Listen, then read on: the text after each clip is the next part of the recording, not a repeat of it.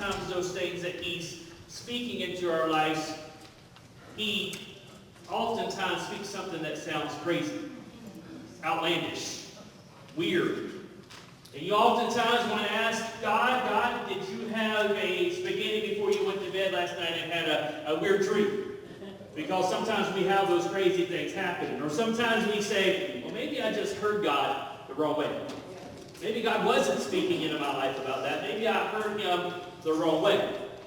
Because sometimes in order to get to the miracle, we have to do something that's impossible for us to do in the human realm, to do in the fleshly realm. And we often look at God and we say, what? All of us have had those moments. And we will continue to have those moments if we walk in the steps of a righteous man, because they're ordained by Him.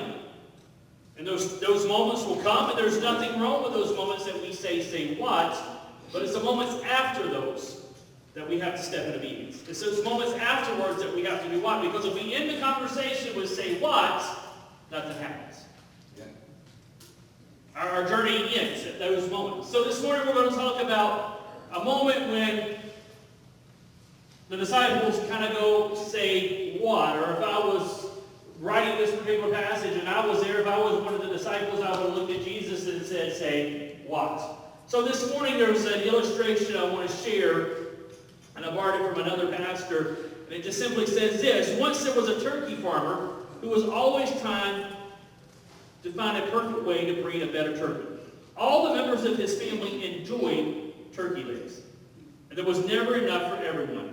But after several frustrating attempts, the farmer told his friends at the general store, well, I finally did it. I bred a turkey that has 6 legs. They asked the farmer, how did it taste? To which the farmer replied, I don't know. I never could catch that darn thing. Our life is like that sometimes. It's full of frustration. Even when we do succeed, it's often more than we can handle. This is especially true when we are serving the Lord, because He asks us to do impossible things. The Lord asks us to do things that go beyond our ability to accomplish. Things like caring for the poor, loving our enemies, or making disciples of all the nation. Howard Hendricks once said, living the Christian life is not hard, it's impossible. Listen to that again. Living the Christian life is not hard, it's impossible. So what do you do when you're feeling overwhelmed? What do you do when the task ahead seems unattainable? What do you do when life gets to be more than you can handle?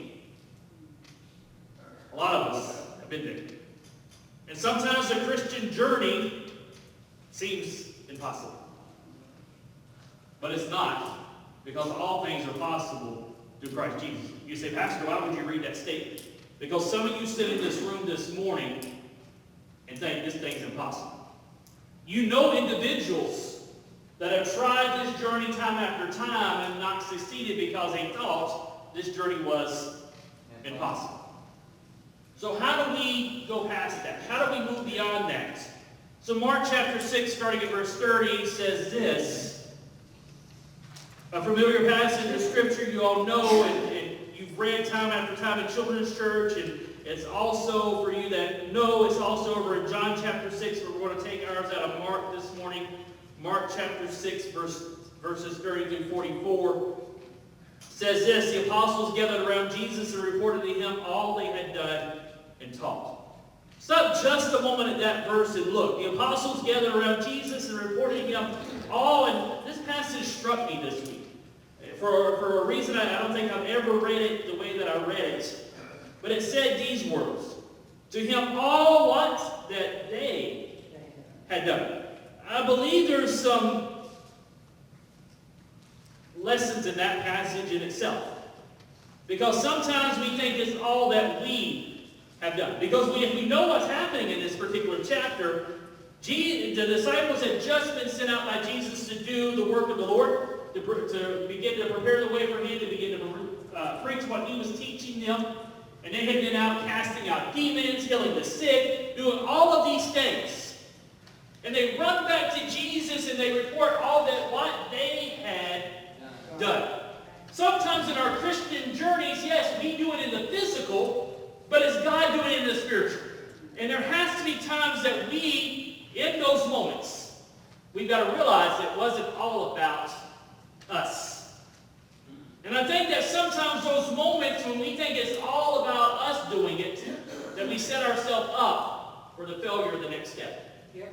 That we don't allow God to move in the next step because we allow ourselves to put it all. And what the disciples did here, what the apostles did here, was they allowed all the pressure we put on themselves instead of on the Master. Amen. And sometimes we do that. God, it's all that I'm doing. But you've got to realize it's you doing it, but you've got to realize that God's moving with you throughout that. And if we continue to keep ourselves and our eyes on ourselves, sometimes we'll get tired and worn out. Verse 31. Then because so many people were coming and going that they did not even have a chance to eat, he said to them, come with me by yourselves to a private place and get some rest. So they went away by themselves in a boat to a solitary place. But many who saw them leaving recognized them and ran on foot from all the towns and got there ahead of them. When Jesus landed and saw a large crowd, he had compassion on them because they were like sheep without a shepherd. So he began teaching them many things. By this time it was late in the day, so his disciples came to him. This is a remote place, they said, and it is already very late. Send these people away so that they can go to the surrounding countryside and villages and buy themselves something to eat. But he answered, you give them something to eat. They said to him, and here's what I would have said, say, what? But they said, that would take more than half a year's wages. Are we to go and spend that much on bread and give it to them to eat? How many loaves do you have, he asked. Go and see. When they found out, they said 5 and 2 fish. Then Jesus directed them all, the people, to sit in groups on the green grass. So they sat in groups of hundreds and fifties. Taking the 5 loaves and the 2 fish and looking up to heaven, he gave thanks and broke the loaves. Then he gave them to the disciples to distribute to the people. He also divided the 2 fish among them. They all ate and were satisfied. And the disciples picked up 12 baskets of broken pieces of bread and fish. The number of the men who had eaten was 5,000. And we go on from there, and we know that there was left over. So as we look at that particular verse, and I wanted to go, so we look at that particular verse, and we see some lessons from that particular verse. So one of the things we always ask, how did they know they fed 5,000? How was the disciples, how was Mark able to count 5,000 people in a crowd? Now we've all been to some type of sporting event, some type of concert, some type of event when there's been thousands of people, and you think, how can I count thousands of people with my finger?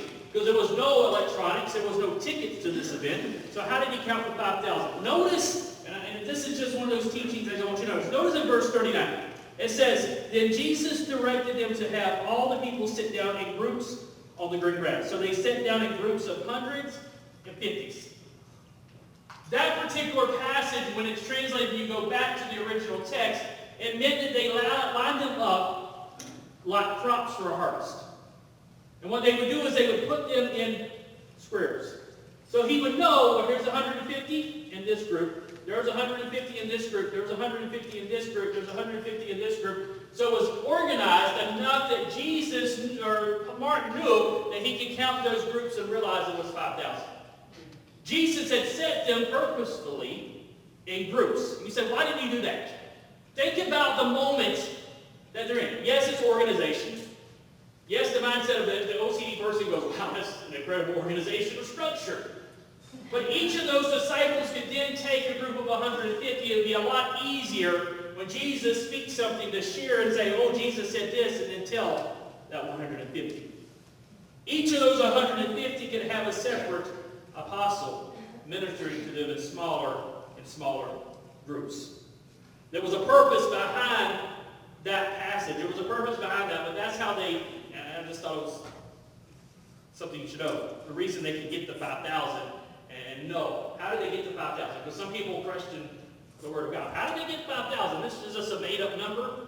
You know, evangelists sometimes make up numbers. Oh, hey, 10,000 come to the Lord. Well, how did you know that? Right there, they set them in groups of 150, and they were lined up like crops. So, just a side text. There are many times Jesus will test your faith. That's what he was doing here. Jesus created a situation that was humanly impossible to solve. The feeding of the 5,000 was the lesson, and the test was the upcoming. Later on, you'll see that after the 5,000, they leave that and then the storm comes. So, Jesus here, they go to this solitary place, and the interesting part of the story, it says that they all ran ahead of Jesus. Now you say, well, why did Jesus take a boat? And suddenly, all of these people were able to run. If you look at where they were at, and I didn't write the geographical areas down, but this particular on the Sea of Galilee, that there's a place there that it says when the tide and the wind blows just right, that you can literally walk where the boats have gone. So the boat can go ahead of them, but then when the wind blows just right, you can walk across that dry land and get ahead of the boats. So it's physically possible what they were talking about. So they go ahead of Jesus, and we see these things happening here. So the disciples get there, and here Jesus is. They're tired, they're worn out, they haven't eaten, and most of the times when we're in that mode, as the Snickers commercial says, we're hangry, right? We're not only hungry, we're hangry. We're mad at everybody. We think just toddlers are the ones that are mad when they're hungry, but adults get very mad when they're hungry.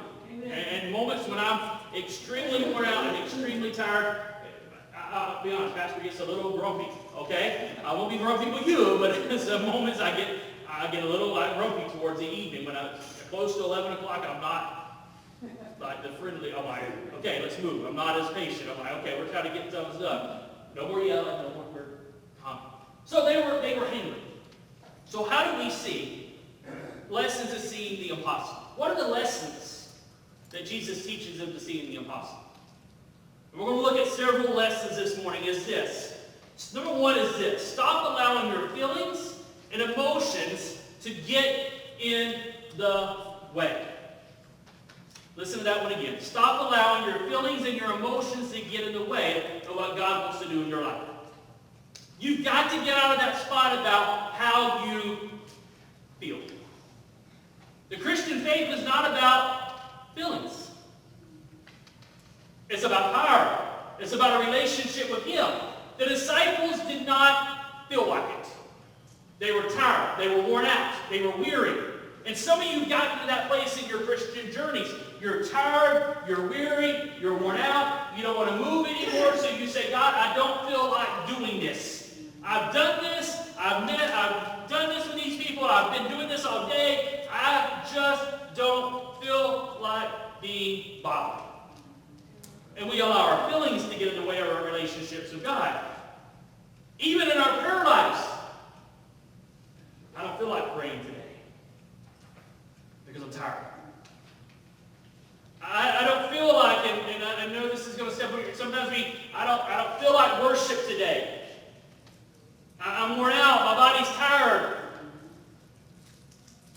I'm weary. And our feelings begin to get in the way of God doing the possible.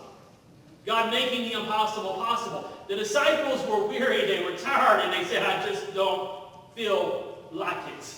And our emotions and our feelings is what sometimes destroys the miracles ahead of us. Even when we're at our weakest moments, we've got to keep pressing on to what God wants to do. Because it's in those moments that when we become weak, He becomes one person.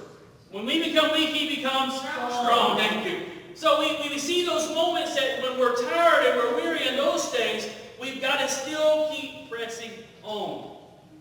Jesus doesn't say that to them. He doesn't say, get over it. Or one of the statements I use sometimes to my kids, and I use sometimes when I was a youth pastor a lot, I would just say, build a bridge and get over it. He doesn't use that. Jesus just gets straight to the point and he tells them what to do. But when our feelings and our emotions get in the way, we're not allowed, we can't hear what God's wanting to do.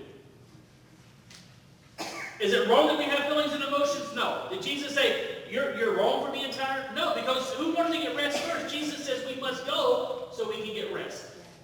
Jesus understood. He was tired. They were tired. But he understood that there was a greater need. And sometimes there's a greater need in our lives that we're looking at. So stop allowing your feelings and your emotions to get in the way. Number two is start looking at what you already have. John 6:9, we understand this story when the disciples come back and they go out and they're looking for food. They go back and Jesus tells them to go out and see what they have. And they had the 5 loaves and the 2 fish. Jesus says this, and then John 6:9 says, here's a boy with 5 small barley loaves and 2 small fish. But how far will they go among so many? So let's look at what the barley loaves really were. So we often think, when we, with our loaf of bread, we go down to wherever you go, Walmart, the Dollar General, wherever you shop, you get a loaf of bread and it's this big and it's fluffy. And you can get a lot of sandwiches out of a loaf of bread. But when we talk about New Testament barley loaves, they were about this big around and they looked like a pancake. They were flat. And normally it would take several, close to 5, to feed one person. What this boy had was just his lunch. Nothing else. Nothing more. Sometimes we don't look at what we already have. We're looking for what we need. Listen to that. Sometimes we don't look at what we already have. We're looking for what we need. We need to look at the blessings God's already blessed us with so we can see how we can bless others. We've got to start looking at what we already have. This goes for all of our lives, in every part of our lives, in our spiritual journeys, and this also goes, and I'm going to step on a toe here, so get ready, okay? Get ready your toes. This goes for your tithing, your financial lives. Pastor, I don't have it. What do you have? He had just enough for himself, but yet he gave all that he had. You've got to look at what you already have before you can get to what God wants to give you with. He says, I've got to trust you with the small things before I can give you the bigger things. Amen. There was a powerful moment in that because they go back and they said, oh, we found 5 loaves and 2 fish. And I don't think the disciples went jubilantly. I don't think they were, oh, look, Lord, we found this. I don't think it was an exciting moment. It was devastating. We got 5,000 people here, and this is all. And you have to ask yourself, was that all, or is there some holding back? I don't know. Just throwing it out there. I'm not trying to change scripture here. But just think about it. But one was willing to look at what he had. He says, this is what I have. Look at what you have. What do you have in your disposal that God can use right now? And you start, and it starts with your spiritual life. What gifts do you have that God can use right now? What talents do you have that God can use right now? What is it that you have that you can use? Is it your voice? Is it your testimony? What is it that God's giving you right now? What is it in your finances that God's giving you that you can bless with? Look at it and begin to step out and do those things. So look at what you already have. So they had to start with what they already have. We have to have a starting point. And I think that's included in this story because they wanted to show that they had to look at what they already had. It wasn't just put there for no reason. So we see that they give these 5 barley loaves and these 2 fish. And this little boy gives all that he had, and we'll get to that moment in a minute. But also, my next one is this. And this sounds kind of contradictory. You say, Pastor, did you mess up on your notes? Third thing is number 1, 2 is you've got to start looking at what you already have. And the third thing is you've got to stop relying on what you have. What do you mean by that, Pastor? You just told me to look at what I had, but then I've got to stop relying on what I have? There's 2 different words there. Look what you have, and then stop relying on what you have. Use what you got, and let God do the rest. They gave that to him. He gave everything that he had, but yet he said, here it is. This is all I've got. I saw my need, but I can't rely on this.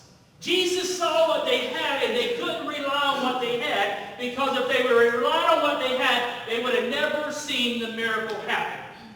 Sometimes we're relying on what we have. We're looking at our finances, and we say, it's not possible. impossible. No, it's not possible because it's not possible because you're looking in the physical and not the spiritual. Amen. If you look in the physical, it's not possible. Nothing's possible. It's just as that guy said, the Christian journey is not possible. It's hard. It's impossible because if we live it in the physical, we'll never make it.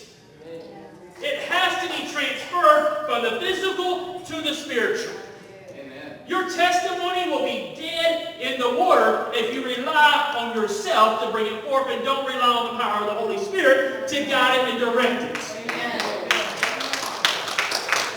There's something that goes on there, so you've got to, number one, you've got to look to what you have, but number two is you've got to stop relying on what you have and let God take it. Stop relying on what you have and let God do something with it. Stop looking and saying, oh, this is all I have. I can't do anything with this because God can't do anything. And we look at that and we look at impossible situations. It'll never work. It'll never make it. If you look, there was a picture recently that one of our missionaries posted, and it was in another country, and there's this young guy. And he's sitting in the side of the street in this scum-looking area. And the area is disgusting. There's mud. There's trash everywhere. And he's got about 15 people sitting in front of him on the ground in the mud, and they're dirty and they're dingy. But he's got his Bible, and he's preaching to them. He's got a church in the middle of the street because he knows he doesn't have to rely on what he has. He only has to have the spiritual to do something for God. Amen. And God is moving in that place. God can do something in your life if you stop relying on what you have. I don't have this, I don't have that. If you keep saying that, you're never going to do nothing. That's right. That old story of the little train, the little engine that keeps going up the mountain, I can't. He had to eventually change it to say, I can't. Your spiritual journey is the same way. He didn't have the strength. But when he began to stop relying on what he had and begin to move into a different direction, he could. Your life can turn around drastically when you stop relying on what you have. And let God do the rest. So stop relying on what you have.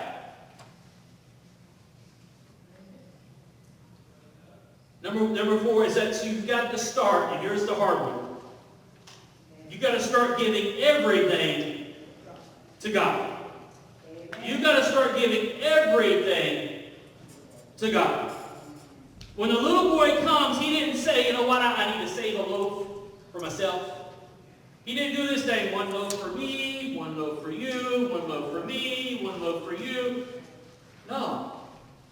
He didn't look at the fish and say, hold on, let me eat a little bit before I give it to you because I'm hungry.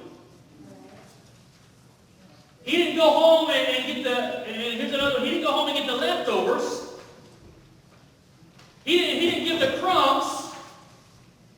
He gave everything that he had. He said, here it is. And he slips it out of his hand. And we see one of the greatest miracles that's talked about for century after century after century after century because he gave everything. Think about Scripture with our spiritual giants. They gave everything. Start in the Old Testament and move up. Noah gave everything. He gave his popularity. He had to turn his back on his whole entire town. And he was a laughing stock in the village.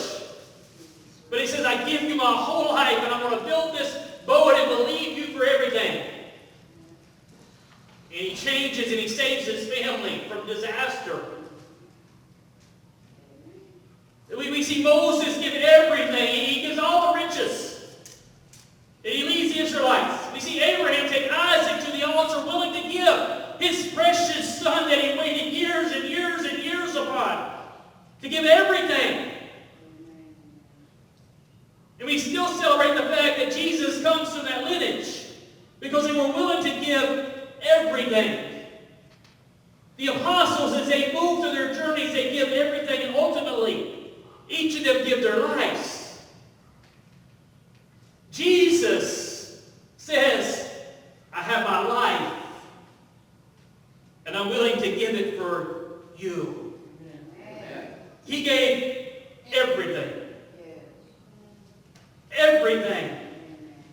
And the greatest miracle of all took place because he sacrificed. The little boy was able to feed 5,000 because he gave everything. Not only did he give everything, listen to what Jesus does when you give everything. Jesus multiplies it and blesses others when you give everything. Listen to that. Jesus only multiplies and blesses others when you give everything. Because it didn't only bless him, it fed 5,000 people, and they began to hear. When Jesus said these are people without a shepherd, they were able to see and hear the shepherd's voice. They were able to see that there was a compassionate God who loved them. They were able to see that there was a Savior. This was their Messiah. This is the one that they had read about. This is the one they had waited upon. This is the one that was ultimately going to die and forgive them of their sins, all because one gave everything. And he multiplies it. He blesses it.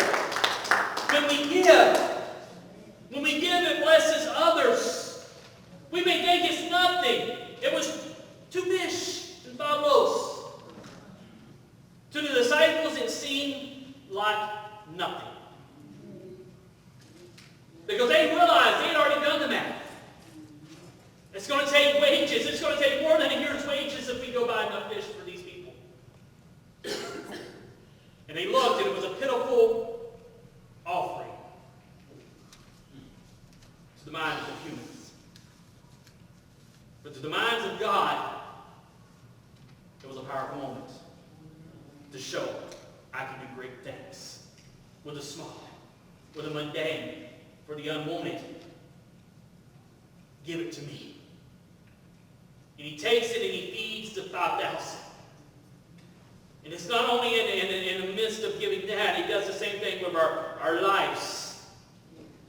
When we give him our lives, he takes those who are nothings, those who have been insignificant to society, those who have been said, oh, there's nothing you can do for the kingdom. And God says, if you give it all to me, I will do great things with you also. The little small child is celebrated for centuries because he gave all. Not only does he bless others, but he takes what you give. And there's a big spiritual moment. There's a big rule here. There's a big moment of faith here. Jesus multiplies it and he blesses you with more than you could start with. Amen. Because it says after. Listen, after they fed the 5,000. The disciples go and they're able to pick it up and they're all able to fill their baskets. There was more than enough. Amen. Church, when we give everything, there will be more than enough to bless not only others, but there will be more than bless ourselves also. Amen. God will bless you with more than you can contain. Amen. And they were able to take the little baskets that they carried, and everybody carried these little baskets from day to day. They were their lunch pails. And they each were able to take and eat afterwards. Because they gave all. This morning, Jesus speaks things into us and we ask, say what? Why did you say that? Why did you say that, God? Because there's times that there's times that Jesus wants to test your faith. That's what he was doing there. And he feeds 5,000 this morning. What is he wanting to do in your life? This morning, what is he asking of you? What is the impossible that he can make possible? Step out.